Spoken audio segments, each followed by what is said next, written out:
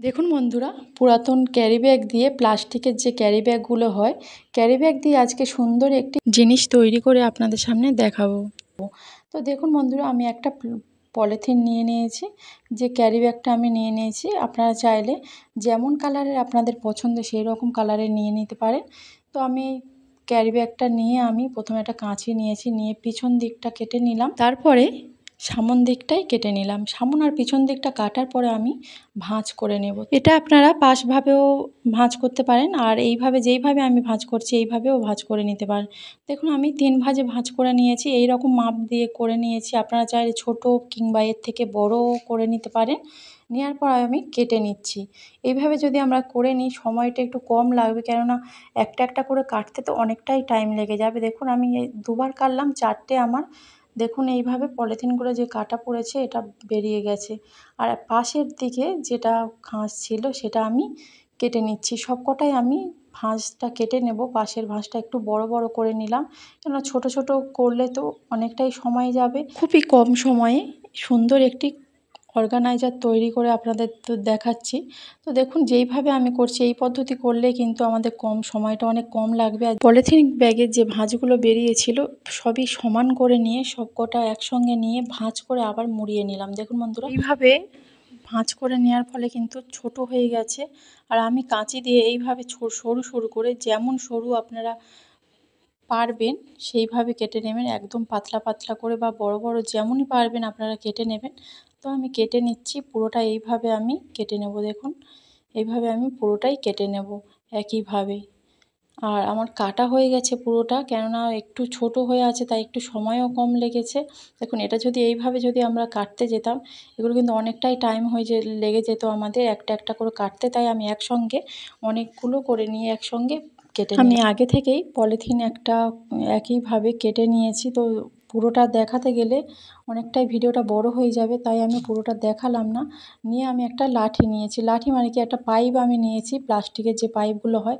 তো পাইপটা আমার কাছে ছিল তাই আমি পাইপটা নিয়েছি। আপনারা চাইলে লাঠিও নিতে পারেন, লাঠির মতো যে কোনো কিছু হলেই হবে, পাইপ বলুন বা লাঠি।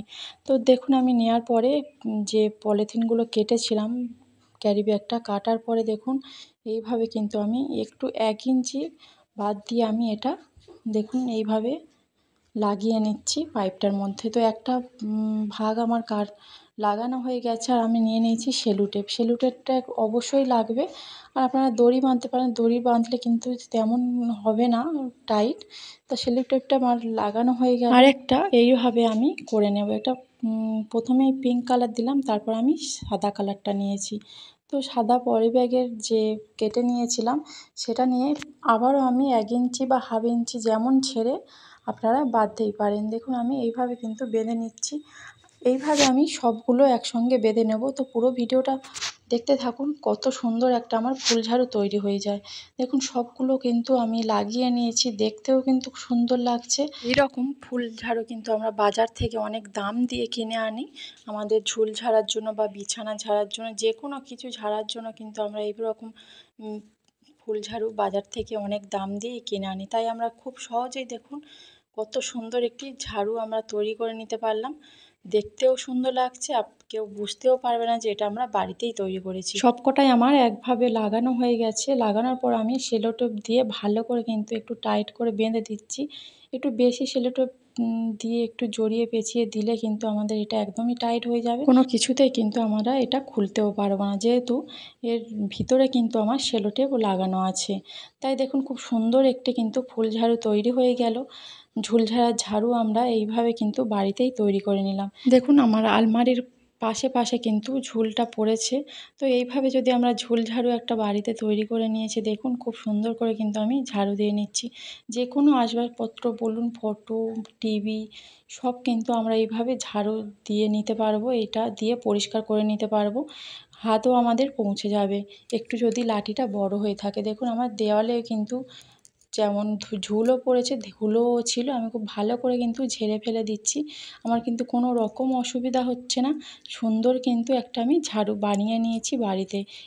এটা দিয়ে কিন্তু আমরা সব রকম আমরা কাজ করতে পারবো, যেমন মেঝেও কিন্তু আমরা এটা ঝাড়ু দিয়ে ঝাড় দিতে পারবো।